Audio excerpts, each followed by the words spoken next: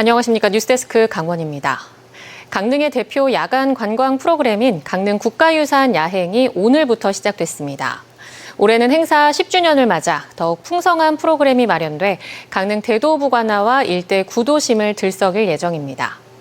현장에 취재기자 연결합니다. 박은지 기자, 축제가 시작됐습니까?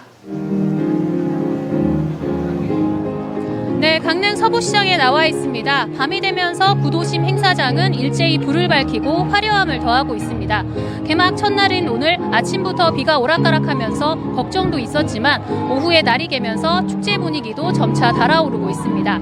국가유산청이 선정한 국가유산 활용 대표 브랜드로서 올해 10주년을 맞은 강릉 야행은 더욱 화려한 볼거리, 즐길거리, 먹거리를 마련해 손님 맞이에 나섭니다.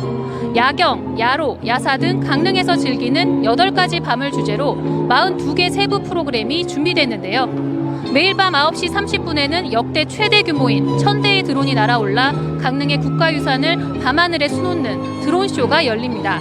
실사당에는 강릉의 자연을 미디어 아트로 재구성한 빛의 공간이 들어섰습니다.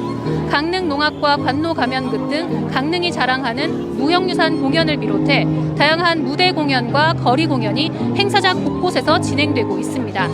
시민 참여형 축제를 위해 첫날인 오늘 강릉 대도부사 부임행차 퍼레이드가 열렸고 내일은 시민 모델이 주인공이 되는 한복 패션쇼가 선보입니다.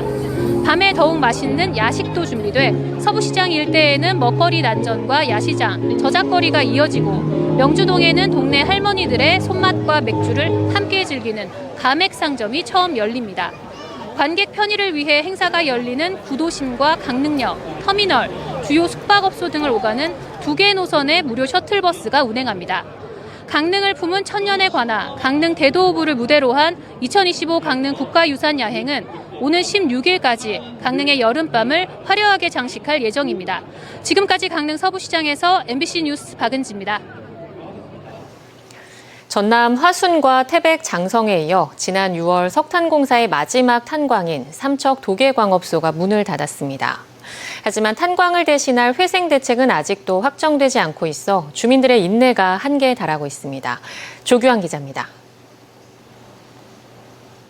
석탄공사 도계광업소 건물 앞에서 천막 농성이 한창입니다.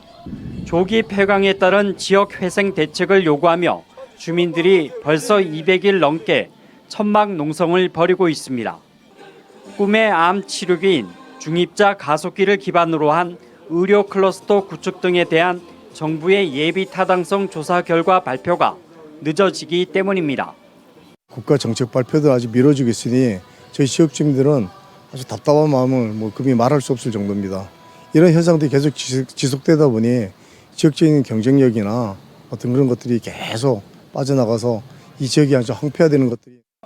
도계광업소가 지난 6월 문을 닫았고 주민들이 세종청사를 찾아가 3차례나 집회를 열었지만 정부는 여전히 묵묵부답입니다. 조기 폐광 지역 경제진흥 사업에 대한 예비 타당성 조사는 모두 끝났지만 아직 기획재정부의 재정사업 평가는 거치지 못한 것으로 확인됐습니다. 당초 예비 타당성 조사 결과는 지난해 말 발표될 것으로 예상됐습니다. 하지만 비상계엄 사태와 조기 대선 등으로 전국이 어수선해지면서 정부 판단은 계속 미뤄졌습니다. 먼저 문을 닫은 전남 화순군과 태백시도 마찬가지로 회생 대책을 기다리는 처지입니다. 이렇다 보니 폐광 지역에선 여야 정치 구도가 바뀐 영향을 받는 게 아니냐는 우려의 목소리도 나옵니다. 특별한 지역엔 특별한 보상을 한다고 했듯이 폐광 지역 주민들이 먹고 사는 문제는 그런 거하고는 별개로 거기에 대한 책임과 약속을 지켜야 된다고 생각합니다. 그건 국가적인 의무고 책무라고 생각합니다. 탄광은 벌써 문을 닫았는데 폐광 지역 회생 대책을 마련하겠다며 군불만 떼다가 골든타임을 놓치지 않을까 주민들의 속은 타들어가고 있습니다. MBC 뉴스 조규환입니다. 속초 오징어 난전이 불친절 논란에 이어 바가지 논란에 휩싸였다는 소식 연속해서 전해드리고 있습니다. 오징어 가격에 대한 소비자들의 의문이 어디서 생기는지, 매년 반복되는 바가지 논란을 끝낼 방법은 없을지 이하라 기자가 취재했습니다.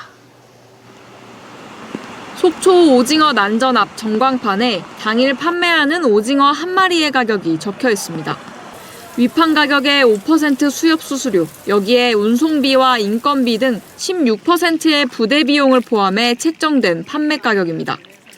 매년 반복되는 바가지 논란에 14곳의 오징어 난전 상인들이 같은 가격으로 판매하고 있다는 것을 알리기 위해 올해 초 설치했습니다. 입찰 경매가 5시 반이니까 단가가 몇 시에 여기에 뜨는 한 거예요? 7시쯤. 7시쯤 그럼 매일 여기 전광판에 띄우는 거예요? 올해 들어 마리당 최저가는 6,000원, 최고가는 28,000원에 판매했습니다. 하지만 추이가 아닌 당일 가격만 보여주는 데 그치고 있어 매일 널뛰기 하는 오징어 어획량과 이에 따른 큰 가격 변동에 대한 관광객들의 오해가 계속될 수밖에 없습니다. 특히 올해는 오징어 난전에 불친절 논란이 확산되자마자 속초시청 홈페이지 자유 게시판에 올라온 한 게시글이 온라인에 일파만파 퍼지면서 바가지 논란은 더 크게 터졌습니다. 손님들이 이제 오징어 싸다 하면은 실제 이제 바닷가에 매일 나가는 사람 입장에서 오징어가 비싸요. 아이러니하게 오징어가 비싸다 그러면 실제 가보면 싸요. 그만큼 며칠 사이에 하루 사이에도 이게 왔다 갔다 해요 되게.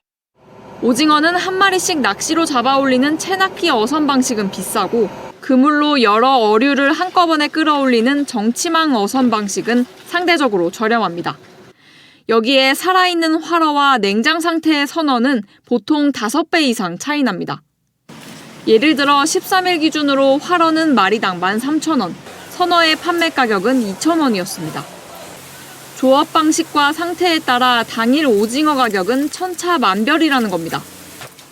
전문가들은 소비자들이 어떤 상태의 오징어를 구매하는지 미리 알 수 있게 해야 한다고 조언합니다. 또 마리당 판매가가 아닌 육류처럼 무게당 판매가 책정 등의 통일된 가격 단위도 필요하다고 덧붙였습니다. 오징어나 같은 경우 이제 표준화된 어떤 게 없다면 좀 새로 만들어서 한 마리가 뭐 대충 몇 그램 이내면 작은 거, 그다음 중간 큰 거 이런 정도는 사전에 조금 기준을 만들 필요가 있어요. 친절한 응대를 위한 상인들의 노력을 바탕으로 소비자들의 신뢰를 얻기 위해서는 정확한 가격 정보, 그리고 오징어 상태에 대한 명확한 지침 등의 홍보 방안을 찾는 게 시급해 보입니다. MBC 뉴스 이하라입니다. 양양군이 종합운동장의 족구장을 개보수하면서 에어돔 공사를 진행하고 있습니다. 지난해 말 업체를 선정하고 현재까지 사업비의 80%가량을 지급했는데요. 그런데 선정된 업체는 올해 연말까지 외국 기술 독점권을 유지해야 하는 입찰 참여 조건을 현재는 충족하지 않고 있는 것으로 드러나 논란이 일고 있습니다. 김영호 기자가 보도합니다. 양양군이 올해 초부터 종합운동장의 노후된 족구장 개보수 공사를 진행하고 있습니다. 기존 족구장에 24억 원을 들여 2,500제곱미터 면적의 에어돔을 씌우는 사업입니다.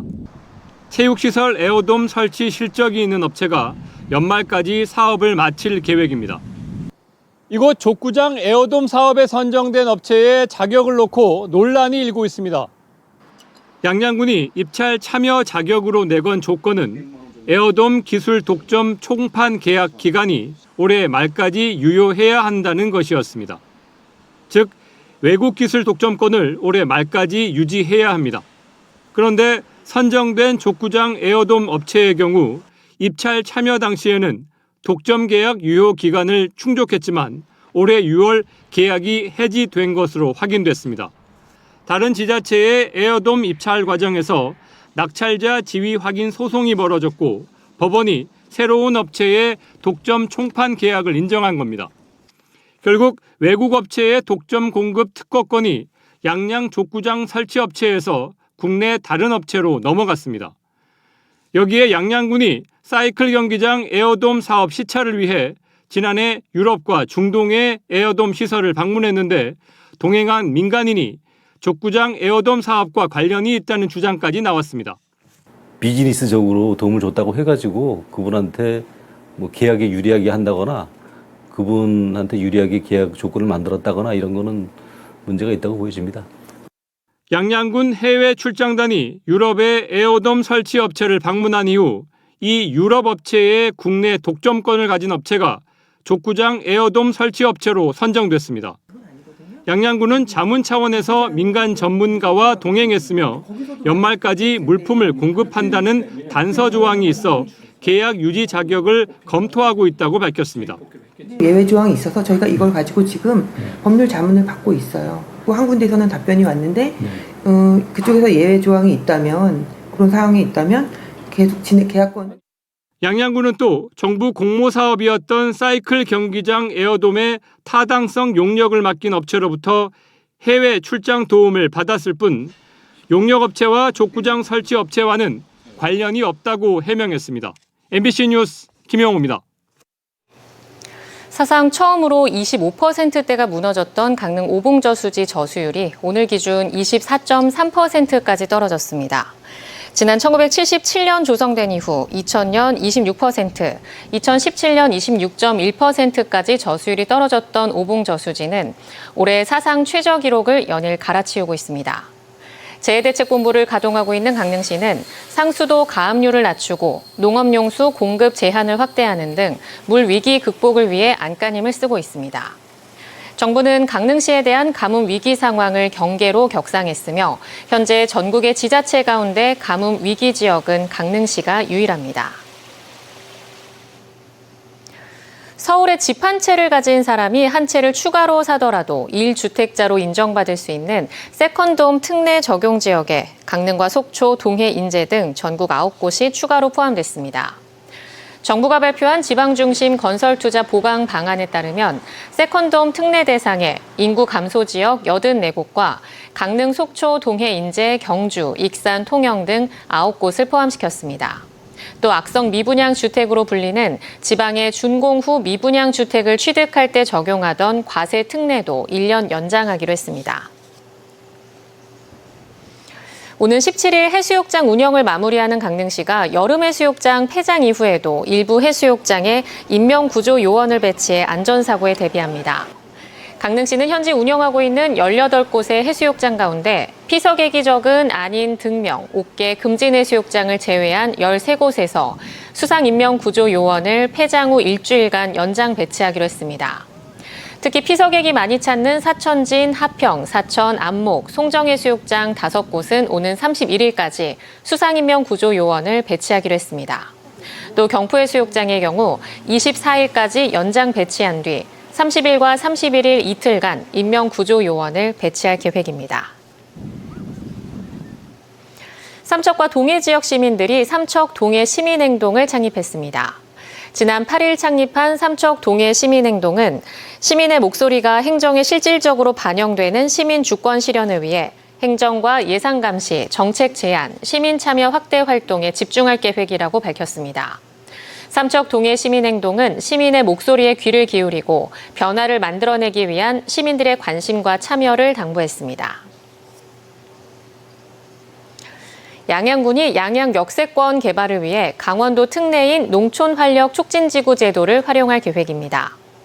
양양군은 강원도지사가 직접 농업진흥지역을 해제할 수 있는 특례가 적용될 수 있도록 특례 관련 부서들과 긴밀히 협력해 조성 중인 양양역 주변의 토지 이용 관리에 만전을 기하겠다고 밝혔습니다.